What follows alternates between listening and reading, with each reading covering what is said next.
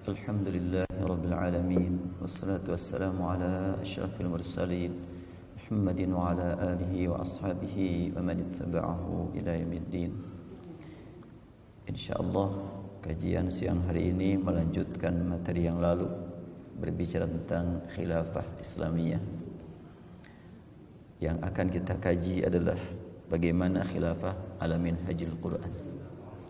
Sering tidak kita dengar khilafah ala minhajin nubuwah, dan kenabian tidak lepas dari Al-Quran, dan bagaimana Al-Quran membimbing kita untuk tegaknya khilafah tingkat internasional tentu.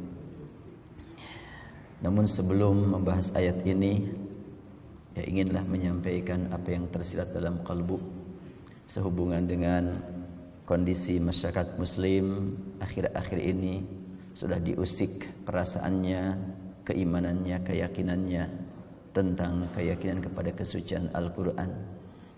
Dan hari Jumat mendatang direncanakan semoga Allah berikan rahmat, ridha atas niat-niat kaum muslimin yang akan melakukan aksi 4 November untuk datang ke istana. Terlepas dari apakah presiden akan ada di istana 4 November itu ataukah tidak. Sebab dengar-dengar dia tidak akan ada di situ. Wallahu a'lam. Tapi yang pasti kita yakin bersama bahwa presiden juga iman kepada Al-Quran. Karena dia juga suka melaksanakan sholat. Bahkan pernah kita dengar bacaan Qurannya. Artinya dia sendiri tentunya adalah merasakan, terusik juga perasaannya dengan adanya penghinaan kepada Al-Quran. Namun tentu kita juga mesti memahami posisi sulit yang sedang dia hadapi. Posisi sulit menghadapi dua hal yang berlawanan. Dia berhadapan dengan jumlah umat Islam yang memiliki komitmen terhadap berpegang mereka kepada Al-Quran. Sementara di belakang dia juga kita tidak tahu yang berlawanan dengan sikap kaum muslimin. Boleh jadi dua-duanya dia pandang ini rakyat saya. Maka kita doakan semoga Allah berikan hidayah taufik kepada presiden kita, agar dia juga membela Al-Quran dan menjunjung tinggi kesucian Al-Quran. Sungguh Allah Maha Kuasa membolak-balikan kalbu hambanya, baik presiden sendiri atau orang yang melakukan penistaan terhadap Al-Quran. Allah Maha Kuasa berubah kalbunya. Asal membenci Al-Quran, Allah rubah untuk menjadi pencinta Al-Quran. Sungguh mudah bagi Allah. Kemudian kepada presiden, kita berharap kepada Allah Subhanahu wa ta'ala agar Allah berikan kepadanya hidayah taufik sehingga betul-betul membela mayoritas bangsa ini sebagai umat Islam, dan juga membela kesucian kitab suci yang diyakini oleh umat Islam di seluruh dunia. Tentu kalau dia umpamanya tidak perhatian, lalu dia membela seorang yang menistakan agama, berarti dia sudah melawan Allah Subhanahu wa ta'ala, pemilik negara ini. Indonesia milik Allah. Allah sediakan bagi hamba-hambanya untuk supaya dapat ruku dan sujud dengan benar, berlandaskan ketauhidan kepada Allah Subhanahu wa ta'ala. Dan tentu orang-orang yang berada di belakang penista agama, penista Al-Quran, ingin melakukan perlawanan, ingin melakukan perang kepada Allah, tidak akan punya arti apa-apa. Yahudi yang sudah sekian lama tampil dengan sombong, dengan angkuh untuk menguasai Palestina saja nggak mampu. Padahal pertempuran di Palestina sudah sulit dihitung berapa kali. Sudah dikerahkan segala kemampuan Yahudi untuk menghancurkan kaum muslimin di Palestina. Ternyata Allah berikan pertolongan, kekuatan kepada muslimin Palestina. Indonesia sebagai negara muslim terbesar di dunia, yang tentunya Allah tidak akan membiarkan para ahli ruku, para ahli sujud, para ahli Al-Quran, manakala mereka ingin berjuang membela hak, membela keadilan, menjunjung tinggi kesucian Al-Quran, tidak mungkin Allah cederai mereka. Justru Allah akan menolong mereka. Sangat penting bagi kita untuk meningkatkan kekhusyuan, berdoa setiap habis sholat demi kepentingan saudara-saudara kita yang nanti akan melakukan aksi 4 November. Dan tentunya bagaimanapun hasilnya dari 4 November itu bukan tujuan utama. Tujuan utama adalah menegakkan al-haq, Tujuan utama adalah berjuang membela hak yang tentunya akan berlangsung terus sampai kiamat terjadi. Jadi kita doakan nanti para peserta yang akan berangkat ke sana, semoga diberi nikmat ikhlas, nikmat sabar, dan nikmat memahami ajaran Allah Subhanahu wa taala yang betul-betul harus tampil memberikan keteladanan dengan baik, memberikan keteladanan dengan benar, bukan untuk berbuat kerusakan, bukan untuk mengganggu keamanan, tetapi justru benar-benar untuk menegakkan al-haq dari Allah Subhanahu wa taala. Itu saja barangkali, dan sebagai pribadi saya sebetulnya sangat berharap ingin ikut serta melakukan perjalanan bersama saudara-saudara kita. Namun hari ini saja harus masih kontrol. Saya masih rawat jalan, sehingga kalau umpamanya saya berupaya untuk ikut bersama mereka, bukan saja tidak mampu membantu, malah bisa mengganggu. Kalau umpamanya memang kondisi tidak mendukung, kesehatan tidak siap, ya tentu akan merusak perjalanan. Dan kita hanya mampu berdoa. Oleh karena itu, maka siapapun dari bapak-bapak dan ibu-ibu yang tidak ikut, maka diharapkan berdoa terus-menerus. Dan bagi yang ikut, semoga diberi nikmat ikhlas, nikmat sabar dalam menghadapi berbagai tantangan di perjalanan. Wallahu alam nanti apa yang akan terjadi. Allah Maha tahu, dan Allah punya skenario yang lebih pas, yang lebih tepat untuk hamba-hambanya yang beriman kepadanya. Baik, kita akan memasuki bahasan tentang bagaimana Al-Quran membimbing kita untuk meraih khilafah Islamiyah ala minhajil Quran. Kalau kita perhatikan surat Ali Imran ayat 103, ini adalah merupakan pembinaan menuju khilafah, diawali dengan pembinaan membentuk pribadi-pribadi muslim. Dari mulai ya ayyuhalladzina amanu taqullaha haqqa tuqatih wa la tamutunna illa wa antum muslimun. Penetapan dan penanaman jiwa sebagai muslim kepada pribadi masing-masing yang dipanggil adalah orang yang meraih nikmat iman. Ya ayyuhalladzina amanu. Setelahnya memang ada upaya untuk mewujudkan dirinya sebagai muslim. Allah mengingatkan, manakala sudah bertemu dengan sesama muslim yang lainnya, maka ingat, alat untuk mempersatukan umat adalah Al-Quran. Bukan golongan, bukan parpol, bukan ormas, bukan unit-unit atau bukan lain sebagainya, tetapi wa'tasimu bihablillah. Berpeganglah teguh dengan tali Allah. Jagalah dirimu dengan tali Allah. Ini memberikan gambaran bahwa manakala sudah dibentuk pribadi-pribadi muslim, akan dihadapkan kepada sekian banyak tantangan, antara lain karena memang setiap muslim juga punya latar belakang yang berbeda antara satu dengan yang lainnya. Biasa mengutamakan latar belakang tersebut. Saya ini orang Bandung, saya ini orang Jakarta, saya ini orang Surabaya. Ingat kepada latar belakang, lingkungan dan lain sebagainya. Maka Al-Quran mengingatkan, i'tasimu bihabrillah. Bukan tali yang namanya Bandung, bukan tali yang namanya Indonesia, tetapi yang dijadikan tali yang dapat mempertemukan satu dengan yang lain, dapat mengikat dan menjaga kestabilan adalah bihablillah, tali Allah. Allah menggunakan istilah tali. Hablun adalah tali. Yang dimaksud dengan tali Allah, sepakat para ulama di sini adalah Al-Quran atau ad-dinul Islami. Tapi kenapa Allah tidak langsung saja menyebutkan wa'tasimu bil Quran? Tentu kalimat bil Quran punya stressing, menekankan pentingnya membaca kitab suci.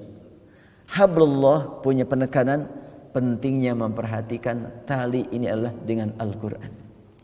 Jami'an, keseluruhan diikat oleh tali Al-Quran, tali Allah. Dan Allah mengingatkan setelahnya, kamu mengikat dengan Al-Quran ini, ada hal-hal yang membuat kamu bisa berbeda pandangan, berbeda pendapat, bahkan berseberangan. Ketika bertemu sudah biasa ada perbedaan pandangan, perbedaan pendapat, maka Allah mengingatkan, wala tafarraqu. Janganlah kamu bercerai-berai. Berbeda silakan saja, tapi jangan sampai bercerai. Karena ada tafarraqu, ada takhtalifu, ada tatanaza'u. Dalam Al-Quran ada kalimat ikhtilaf, tafarruq, dan tanazu'. Di dalam surat An-Nisa sebutkan, ya ayyuhalladzina amanu atti'ullaha wa atti'ur rasul wa ulil amri minkum wa la tanaza'u. Di situ disebutkan jangan sampai fa in tanaza'tum ya. Wa in tanaza'tum fi syai'in faruddu ila Allah. In tanaza'tum, ada tanazu. Tanazu itu berseberangan arah, berseberangan pandangan yang bisa menimbulkan perpecahan. Jangan sampai terjadi tanazu, jangan sampai terjadi tafarruq, tapi kalau ikhtilaf biasa. Sejak zaman Rasul ikhtilaf sudah ada, dan beberapa ikhtilaf ternyata direstui dalam Al-Quran. Ikhtilaful laili wan nahar, ikhtilafu alsinatikum, ikhtilafu alwanikum dalam surat Ar-Rum yang sering dibacakan pada acara nikah. Di situ disebutkan wa min ayatihi ikhtilafu alsinatikum wa alwanikum. Di antara tanda-tanda kekuasaan Allah yang tak terhingga itu adanya ikhtilaf warnamu, ikhtilaf lisanmu. Ikhtilaf ada dalam Al-Islam, dalam Al-Quran. Makanya di zaman Rasul pun ikhtilaf terjadi berkali-kali, tetapi tidak menimbulkan tafarruq. Nah, Al-Quran menyebutkan wala tafarraqu. Kalau terjadi tafarruq, apa yang mesti dilakukan? Wadhkuru ni'matallahi alaikum. Ingat karunia yang Allah curahkan kepadamu, yaitu karunia iman. Terjadi pada zaman Rasulullah SAW hampir-hampiran perang antara kabilah Aus dengan kabilah Khazraj. Karena memang masalah akibat fitnah ashabul ifki, hampir-hampiran perang. Dan Rasulullah SAW diingatkan mereka, bukankah kalian dulu bermusuhan, setelahnya datang Islam kalian bersaudara, apakah sekarang kalian akan bermusuhan lagi? Mereka bergetar hatinya, pucat wajahnya, langsunglah berpelukan antara Aus dengan Khazraj untuk kembali kepada mengingat nikmat Allah. Jadi wadhkuru nikmatallah alaikum. Bila terjadi tafarruq, maka segera penyelesaiannya adalah mengingat nikmat Allah. Idh kuntum a'da'an fa'allafa baina qulubikum. Ketika kamu bermusuhan, Allah yang mempersatukan kalbu kamu.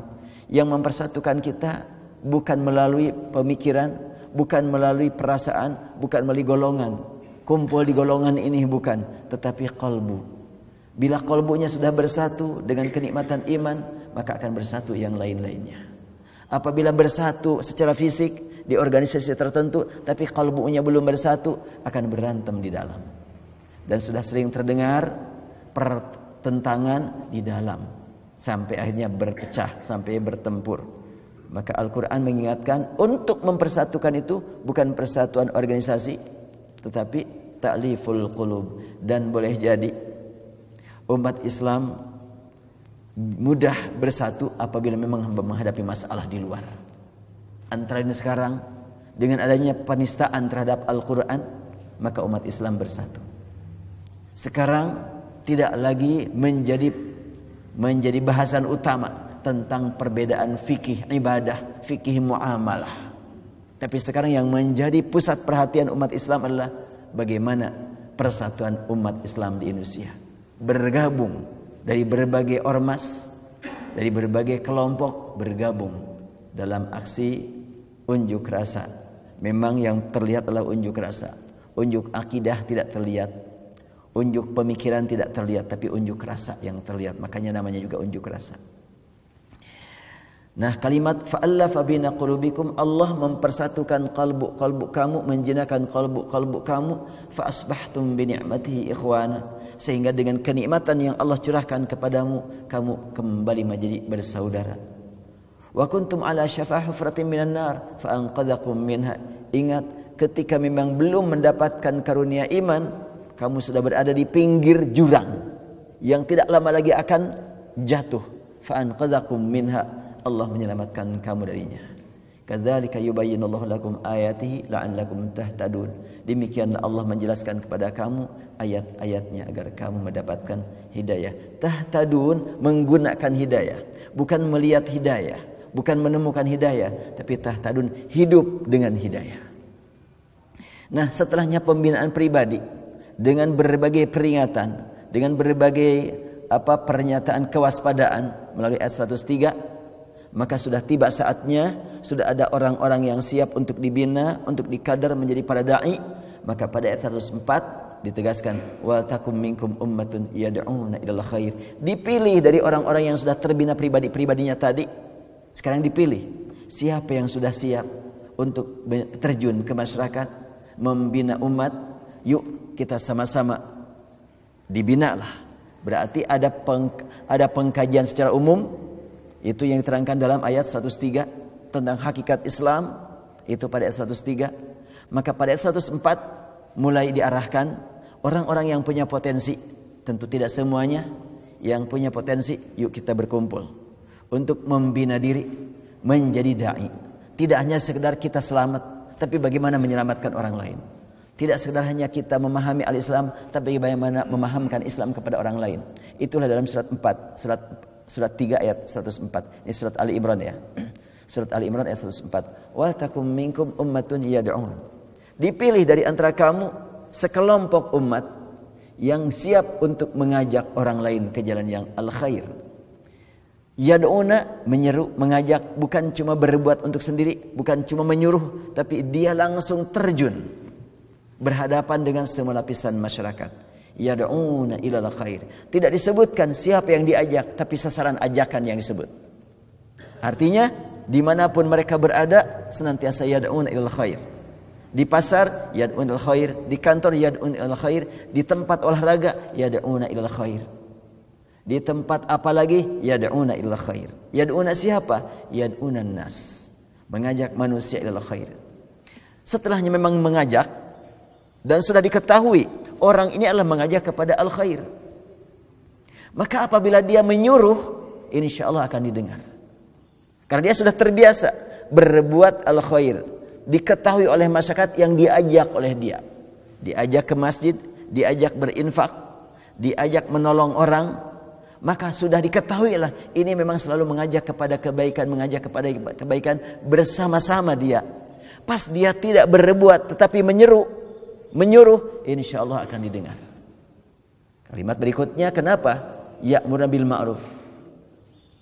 Tidak langsung saja ummatun yad'una atau ya'muruna bil ma'ruf, tidak, tapi yad'una dulu, memberi keteladanan dulu. Ini adalah langkah-langkah mencapai khilafah ya. Jadi ada umat yang dibina, yang dikader, yang siap terjun, yang siap bersama-sama dengan masyarakat yang akan diajak kepada kebaikan. Jadi tidak hanya sekedar di mimbar teriak-teriak, tidak hanya dalam majlis taklim, tetapi langsung terjun membina umat. Dia berkorban, korban waktu, korban harta, mengajak masyarakat, yuk kita sama-sama berjuang, yuk kita sama-sama berkorban. Ini maknanya yad'una ilal khair. Nah, kalau sudah terbiasa dia bersama-sama dengan masyarakat, beramal al-khair, entah menyumbang orang yang sangat memerlukan, entah mendidik orang yang perlu pendidikan, entah umpamanya mengajar bagaimana sholat yang baik, baca Quran yang baik, langsung dia korban waktu, korban tenaga, kemudian dia juga berkorban harta. Nah, insya Allah dia akan punya kekuatan untuk menjadi orang ya'muruna bil ma'ruf, menyuruh kepada kebaikan. Kalau umpamanya belum pernah diketahui dia suka beramal kebaikan buat masyarakat, lalu menyuruh, boleh jadi diketawakan, sah-sah saja diketawakan. Walaupun kalimatnya baik, saya mah nggak kenal dia, ngomong aja gampang lah, tapi praktiknya bagaimana, kan bisa begitu. Tapi kalau sudah terbukti ada pengorbanan, insya Allah ketika ya'muruna bil ma'ruf, orang akan mendengar. Ya'muruna bil ma'ruf wa yanhauna 'anil munkar. Walaupun tidak semua orang melihat akhlak dia, tetapi kan Allah menampilkan dia sebagai pelaku. Tentunya ketika berkata, orang yang suka beramal berbeda pengaruh perkataannya antara yang disampaikan oleh orang yang beramal dengan yang disampaikan oleh orang yang tidak beramal, akan berbeda pengaruhnya. Jadi orang berkata baik dan dia mengamalkan, dengan orang yang berkata baik dan dia tidak mengamalkan, ada perbedaan. Pengaruhnya buat yang mendengar agak kering kalau memang tidak beramal, walaupun kata-katanya baik. Dan ini mungkin ya kita semuanya pernah mengalami, mendengar si A langsung menyentuh, mendengar si B kok kalimatnya bagus tapi rasanya kering. Pernah mungkin dialami lah. Nah, tugas tadi umat yang dibina, yad'una il khair, ya'muruna bil ma'ruf, yanhauna 'anil munkar. Kalimat ya'murun, nyuruh, bisa melalui mimbar, bisa melalui majlis ta'lim, bisa melalui radio, televisi, bisa melalui WhatsApp. Ya'murun, tanpa kita ketahui siapa yang nyuruh, itu ya'murun. Yanhauna 'anil munkar, mencegah kemungkaran. Ini tentu tidak cukup hanya sekedar lisan kalimat yanhaun, tetapi juga memang dia berupaya untuk menjauhkan orang dari perbuatan kemaksiatan tersebut, dibantu supaya dia bisa menjauhinya. Itu yanhauna 'anil munkar. Allah Subhanahu wa taala menegaskan, aqimis shalah inna shalah tanha 'anil fahsya wal munkar. Salah satu cara untuk mencegah kemungkaran adalah dengan khusyuk salat. Dengan salat yang khusyuk itu akan dapat mencegah kemungkaran. Wa ulaika humul muflihun. Nah, pembinaan pengkaderan dai melalui ayat 104 ini adalah langkah-langkah menuju khilafah ala minhajil Quran. Langkah berikutnya apa lagi? Kepada para dai tadi diingatkan, karena para dai juga senantiasa dihadapkan kepada berbagai ujian, tantangan, cobaan yang dapat memecah belah mereka. Oh, banyak sekali orang luar ingin mengadu domba antara para dai. Dulu pernah saya bahas di sini bagaimana satu kelompok dimasuki pihak ketiga untuk supaya kajian di situ menyerang kajian di sana. Kelompok ketiga ini masuk juga pada kajian di sana untuk menyerang kelompok ini. Banyak bukti-bukti hal itu saya perhatikan di YouTube. Aduh, ini kerjaannya menyerang kelompok sana, sedangkan di sini menyerang kelompok ini. Aduh, cukup berat. Itu diadu domba. Di sini jelas sekali, wala takunu kalladzina tafarraqu wa ikhtalafu min ba'di ma ja'ahumul bayyinat. Janganlah kamu ikut-ikut orang yang sudah berpecah belah dan berbeda pandangan padahal sudah datang kepada mereka al-bayyinat. Berarti ini perpecahan terjadi setelahnya punya ilmu. Adu argumentasi, membela kelompok, bukan membela Al-Quran, bukan membela hak, tapi yang dibela adalah pandangan kelompok masing-masing. Hakikatnya memang mereka membela Al-Quran, tapi caranya sudah lupa Al-Qurannya. Sebenarnya perhiasan dari syaitan cukup hebat. Syaitan kan selalu menghiasinya. Jadi ada dua kelompok sama-sama pengajian. Kelompok A dengan kelompok B. Kelompok A menyerang B, B menyerang A. Sama-sama mengangkat Al-Quran, sama-sama mengangkat hadis. Al-Quran sudah menyebutkan begitu. Mim ba'di ma ja'ahumul bayyinat. Terjadinya ikhtilaf yang seperti itu, setelahnya ada bayinat. Jadi tafarruq diawali dengan ikhtilaf. Kalladzina tafarraqu wa ikhtalafu min ba'di ma ja'ahumul bayinat wa ulaika lahum adzabun azim. Nah, di sini kebalikan daripada 104. Ayat 104 dikunci dengan kalimat wa ulaika humul muflihun. Orang yang memang mengajak ilal khair, ya'muru bil ma'ruf, yanhauna 'anil munkar, dijamin oleh Allah mereka menjadi kelompok yang mendapatkan kedudukan sebagai orang yang sukses untuk selama-lamanya. Al-muflihun, orang sukses untuk selama-lamanya. Sementara yang tafarruq, yang ikhtalafu min ba'di ma ja'ahumul bayinat, ulaika lahum adzabun azim. Bagi mereka siksa yang sangat besar, yang sangat pedih. Harus bagaimana kalau begitu supaya kita tidak termasuk yang terancam dengan ayat 105. Ingat 106. Yauma tabyaddu wujuhun wa taswaddu wujuh. Harus nantiasa diingatkan tentang hakikat keakhiratan, hakikat kehidupan akhirat. Apa yang kita pandang saat ini, Allah yang Maha tahu benar ataukah tidak. Ini benar, ini ayatnya, ini hadisnya. Hadisnya benar, ayatnya benar. Tapi kalau pemahaman terhadap ayat dan hadis, tentunya hanya sebagian kecil yang sudah kita pahami. Maka sangat penting untuk kita ingat tentang ancaman dari Allah, yauma tabyaddu wujuh wa taswaddu wujuh. Ingat, nanti pada hari kiamat manusia akan terbagi dua golongan. Yang satu wajahnya berseri, bercahaya, bersih, putih, tabyaddu wujuh. Yang kedua wajahnya hitam, kotor, menjijikkan. Dua kelompok yang berseberangan ini diperlihatkan nanti di akhirat.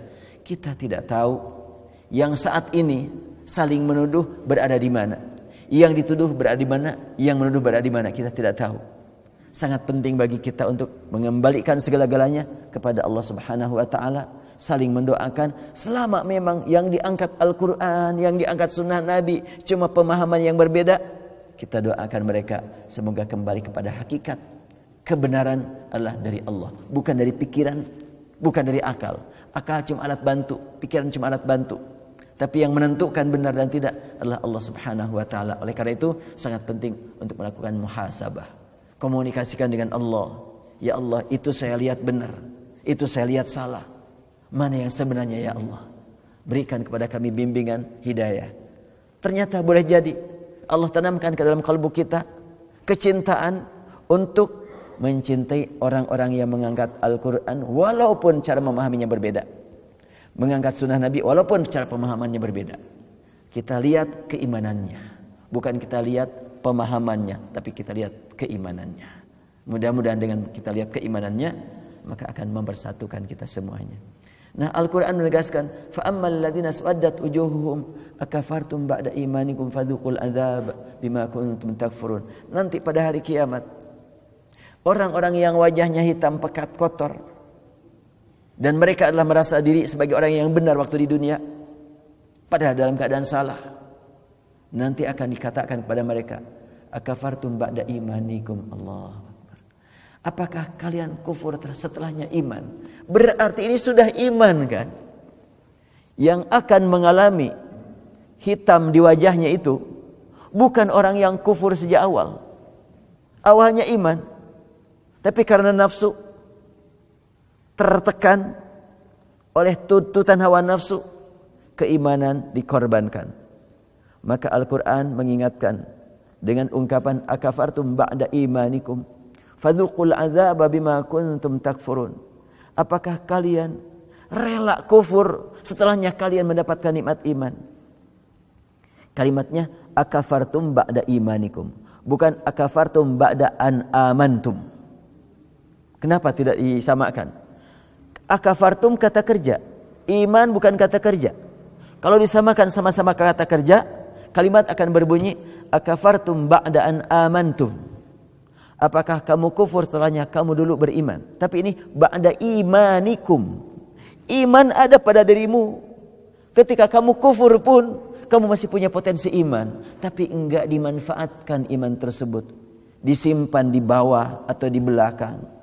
Maka ditegaskan kepada mereka, fadzuqul azaba bima kuntum takfurun. Rasakan siksa akibat kalian memang kufur. Bagaimana orang yang senantiasa memelihara nikmat iman? Wa ammal ladzina biyaddat wujuhuhum fa fi rahmatillah. Adapun orang yang memang wajahnya putih bersih, mereka adalah dalam rahmat Allah. Mereka tetap berada dalam rahmat Allah untuk selama-lamanya. Dua ayat ini mengingatkan kita pentingnya muhasabah di perjalanan dakwah, di perjalanan mengajak umat ke jalan yang benar. Ingat, muhasabah lagi, ingat akan hari akhirat. Jangan merasa diri sebagai orang yang pasti benar, tapi merasa diri sekarang ini adalah memahami aku benar, sah-sah saja, tapi tidak memastikan kepada yang lain salah. Selama memang masing-masing menggunakan dalil Al-Quran dan memahami Al-Quran dengan bahasa aslinya, bahasa utuh, bahasa Al-Quran, tapi pemahaman berbeda. Karena memang kemampuan memahami sangat terbatas. Ikhtilaf biasa-biasa saja, jangan sampai menjadi tafarruq. Nah, kalau sudah terjadi ikhtilaf ada tapi tidak tafarruq, saling mendoakan, saling mengingatkan dan tolong menolong, saling juga membantu antara satu dengan yang lain dalam perbedaan. Tentunya diharapkan di hadapan Allah semuanya berada dalam fafi rahmatillah. Hum fiha khalidun. Tilka ayatullah natluha 'alaika bil haqq. Inilah ayat-ayat Allah yang kami bacakan kepada kamu dengan hak. Wa mallahu yuridu zulman lil alamin. Tentunya rangkaian ayat tadi dari awal sampai akhir semuanya adalah untuk mewujudkan bahwa Allah Ar-Rahman, Allah Ar-Rahim. Allah tidak menghendaki zulman lil alamin. Allah tidak menghendaki kezaliman untuk alam, tapi Allah menghendaki rahmatan lil alamin, dan Nabi Muhammad diutus sebagai pembawa rahmatan lil alamin.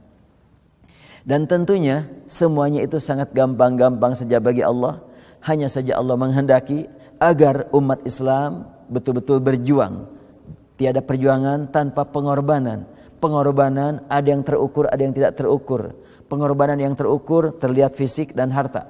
Dan pengorbanan yang tidak terukur, korban pemikiran, korban perasaan. Dan korban sampai kepada nyawa. Itu tidak terukur. Al-Quran sering menggunakan kalimat jihad dengan bil amwal wal anfus. Dengan harta yang terukur dan anfus dengan yang tidak terukur, non harta. Sering diartikan dengan nyawa. Kalau korban dengan nyawa dalam artian nyawa yang satu, selesai pengorbanan, selesai tidak berkorban lagi, tidak berjuang lagi. Saya lebih cenderung mengartikan wal anfus adalah dengan non harta. Berjihad, berjuang dengan mengorbankan harta dan non harta. Yang non harta ini termasuk pemikiran, termasuk waktu, termasuk juga perasaan, termasuk juga ya korban-korban. Sekarang itu adalah menggunakan tulisan, itu adalah tentunya tidak banyak mengeluarkan hartanya. Nah, setelahnya Allah menegaskan, Allah menghendaki rahmat untuk alam, bukan yang lain-lain.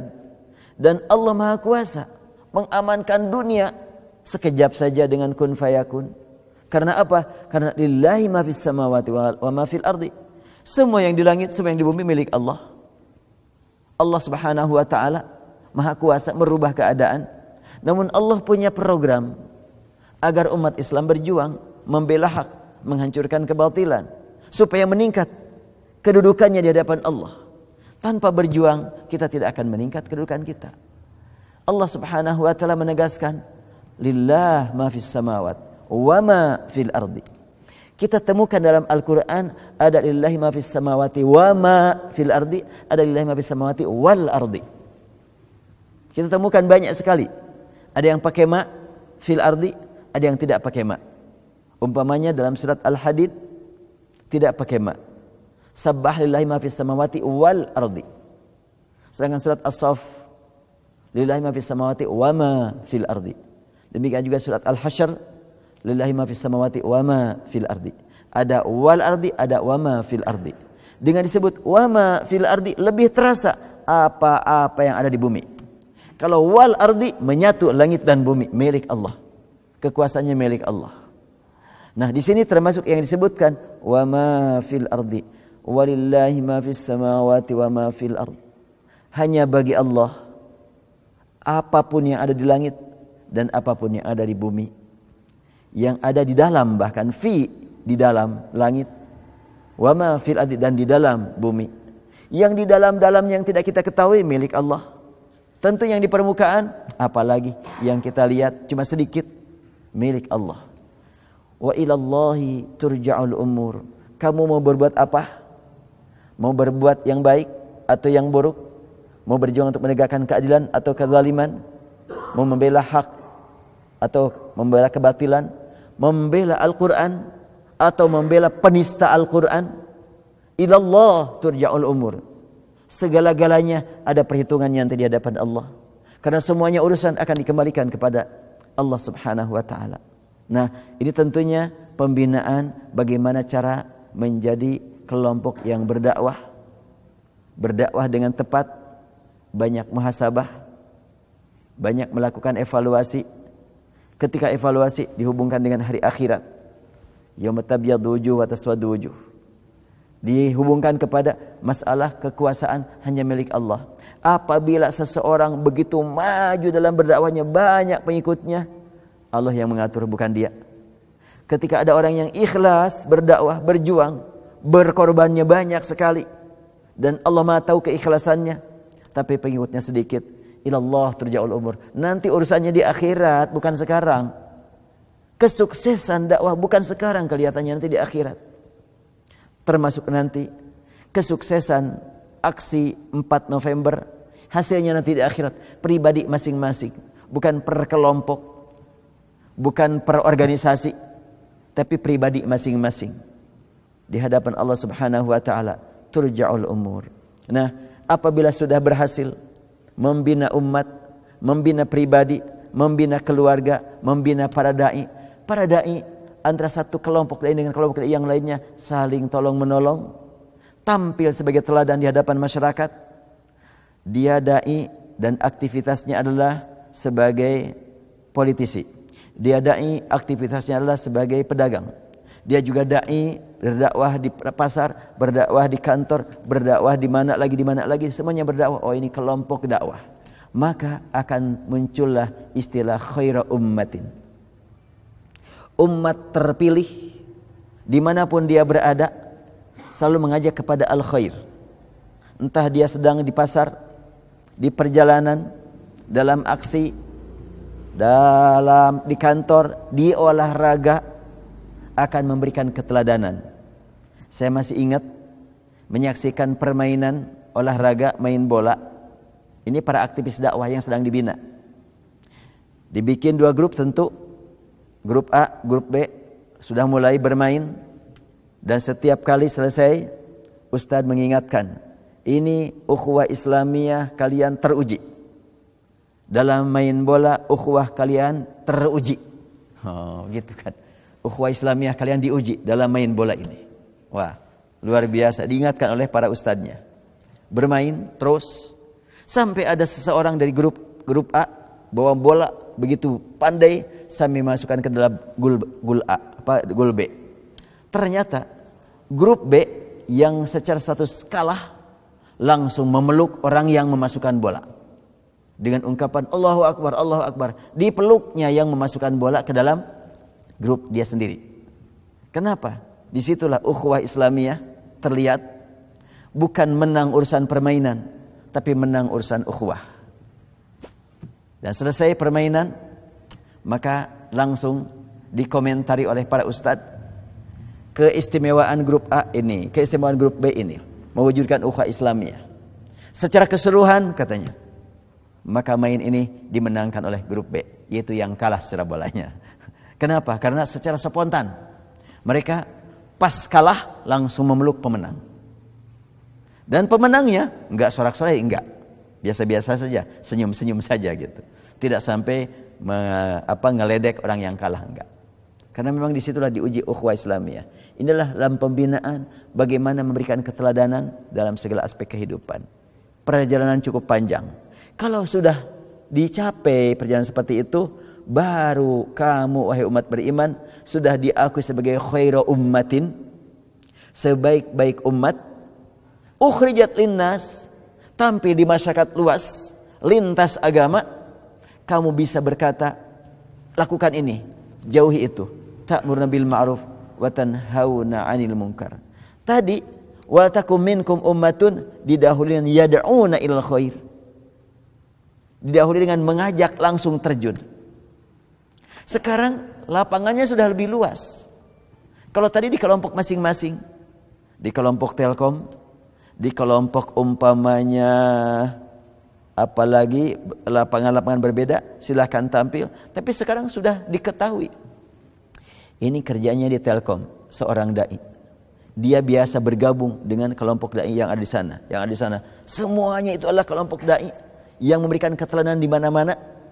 Ketika mereka tampil, siap masyarakat dipimpin oleh mereka.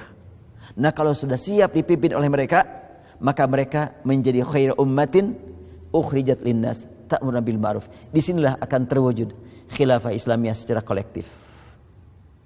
Luar biasa Al-Quran membimbing kita untuk menegakkan khilafah Islamiyah. Bukan cuma menyeru kata khilafah, tapi bagaimana langkah-langkahnya yang harus ditempuh. Nah, kalau sudah tercapai khairu ummatin ukhrijat linnas ta'muruna bil ma'ruf, langsung menyeru kepada ma'ruf, tanhauna 'anil munkar, mencegah kemungkaran. Di sini tidak ada kalimat yad'unal khair, karena al khair ini hubungannya dengan ibadah salat, saum, haji, itu al khair. Sedangkan kalau ma'ruf termasuk suruh bersih, rukun, rapi, itu ma'ruf. Dan tentunya milik semua agama.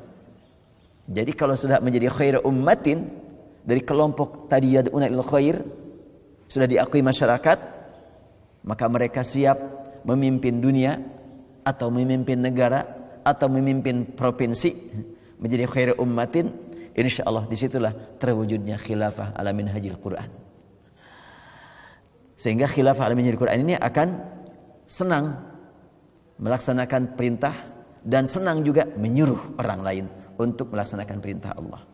Tanhauna 'anil munkar wa tu'minuna billah. Ingat, kau nyuruh banyak orang untuk berbuat baik. Mereka melaksanakan ataupun tidak melaksanakan, yang penting kamu menyuruh. Adapun mereka taat ataupun tidak, ingatlah, semuanya yang menggerakkan kalbu manusia Allah. Tu'minuna billah. Keberhasilan kamu untuk menyuruh orang kepada kebaikan bukan ditentukan oleh ilmu kamu, bukan oleh semangat kamu, tapi tu'minuna billah. Allah yang mengatur segala-galanya. Ini adalah kembali lagi keikhlasan.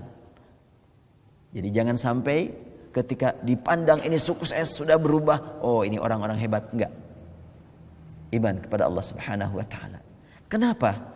Kalimat awal kan ya ayyuhalladzina amanu.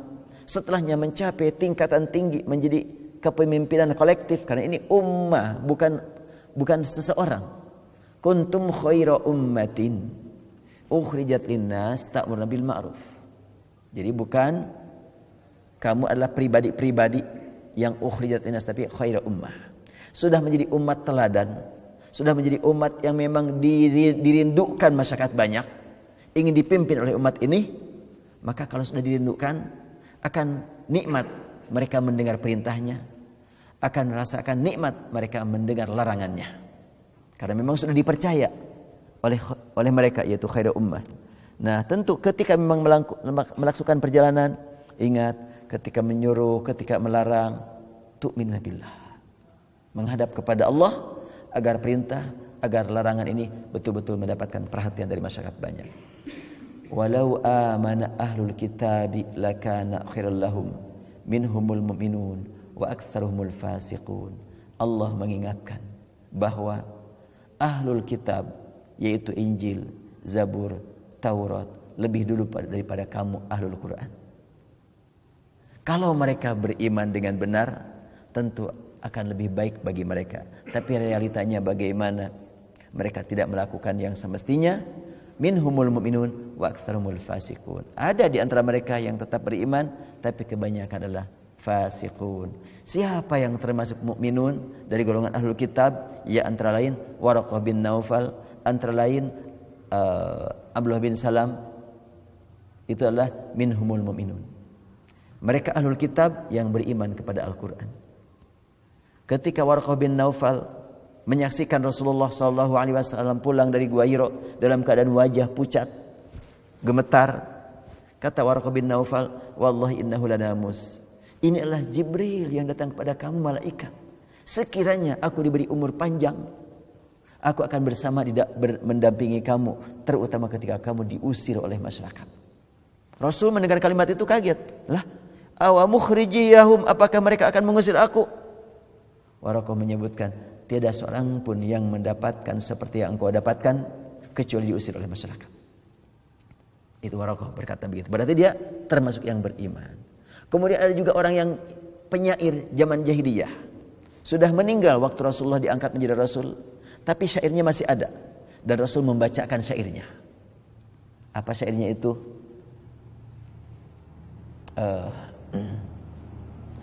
Wa kullu syai'in ma khalallaha batilu.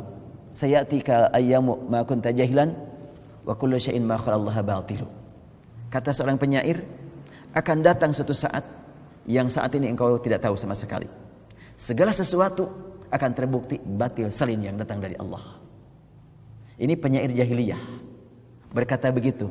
Rasul bersabda setelahnya menyampaikan syair ini, kalau Lubaid ini masih hidup sekarang, pasti dia termasuk umatku yang taat padaku.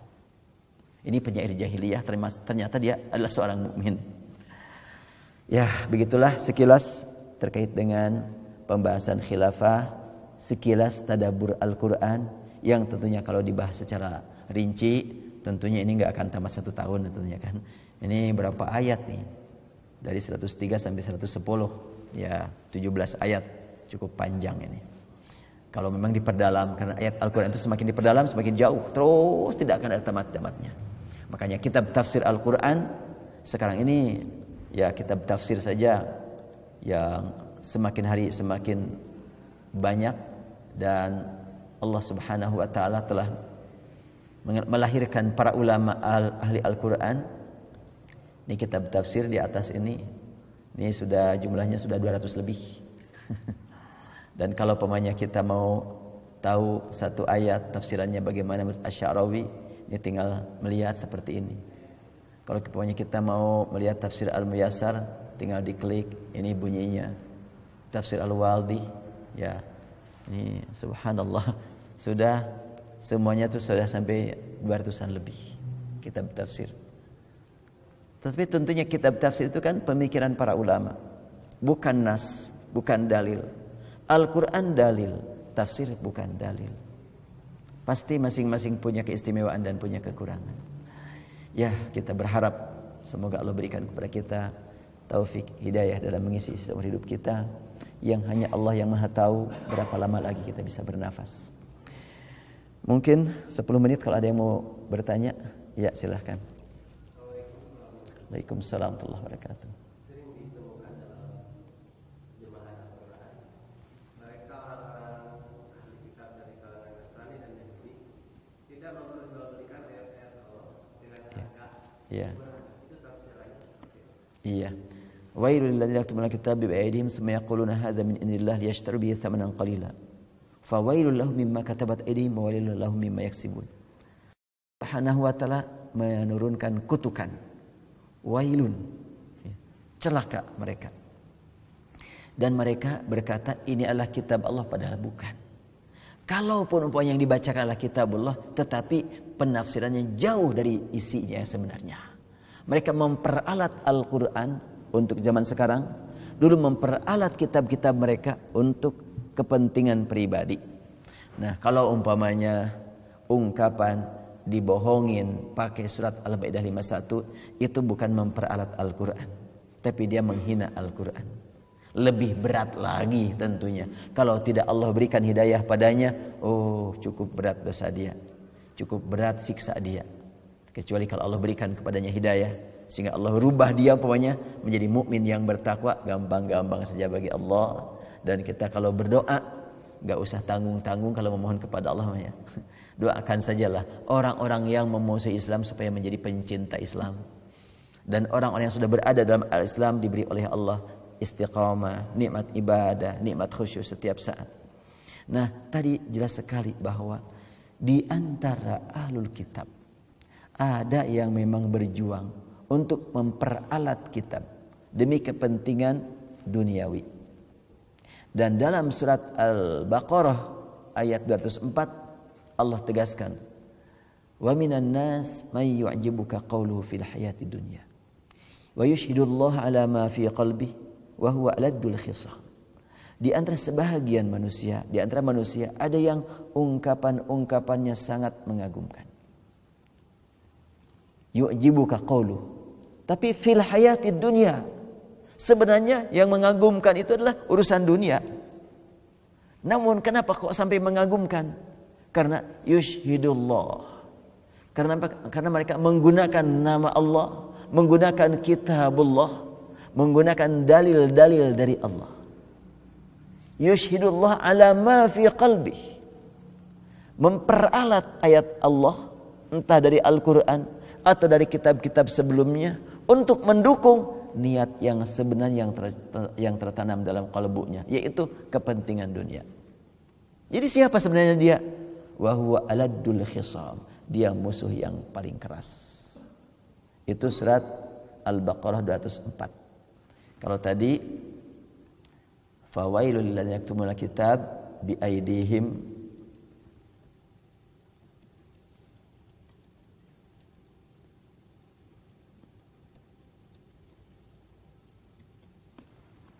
ayat berapa tuh? Fawailul ladzina yaktumuna al-kitaba bi aydihim tsumma yaquluna hadza min indillah liyashtaru bihi thamanan qalila. Al-Baqarah ayat 79. Maka celakalah bagi orang-orang yang menulis kitab dengan tangan-tangan mereka, lalu mereka berkata ini dari Allah, padahal bukan dari Allah. Liyashtaru bihi thamanan qalila. Mereka berharap untuk mendapatkan keuntungan yang sangat-sangat sederhana. Fawailul lahum, sungguh celaka bagi mereka, mimma katabat aydihim, dari akibat mereka menulis itu. wa wailul lahum mimma yaksibun, dan hasil kasab mereka, hasil kerja mereka juga hanya membawa mereka kecelakaan. Antara di kecelakaannya itu apa? Jauh dari taat itu merupakan kecelakaan, sebab sudah mengarah menuju neraka. Jauh dari taat, tidak mampu ibadah dengan benar, tidak mampu khusyuk. Ya Allah, ini sering sekali kita alami. Semoga bukan merupakan siksaan dari Allah ya. Ketika kita tidak bisa khusyuk ibadah, kita berharap semoga Allah mengampuni kita semuanya. Jangan merupakan siksa dari Allah. Tidak bisa khusyuk. Aduh, takut sekali kalau ini merupakan siksaan dari Allah. Iqab dari Allah. Ya, wallahu alam. Insyaallah kita bertemu lagi Selasa depan. Membahas apa Selasa depan ini? Ini kita anggap selesai dulu pembahasan khilafah. Kalau terus-terusan bisa jenuh soalnya.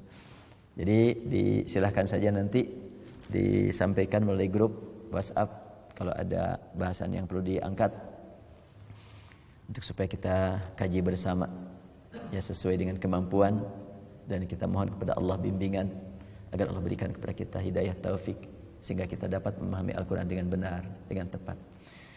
Subhanakallahumma bihamdik nasyhadu an la ilaha illa anta nastaghfiruka ya Allah wa natubu ilaik. Allahumma alimna ma jahilna, Allahumma alimna ma jahilna, Allahumma alimna ma jahilna, Allahumma dzakirna ma nasina, Allahumma anfa'na bima 'allamtana. Allahumma rabbana 'alaika tawakkalna wa ilaika anabna wa ilaikal masir.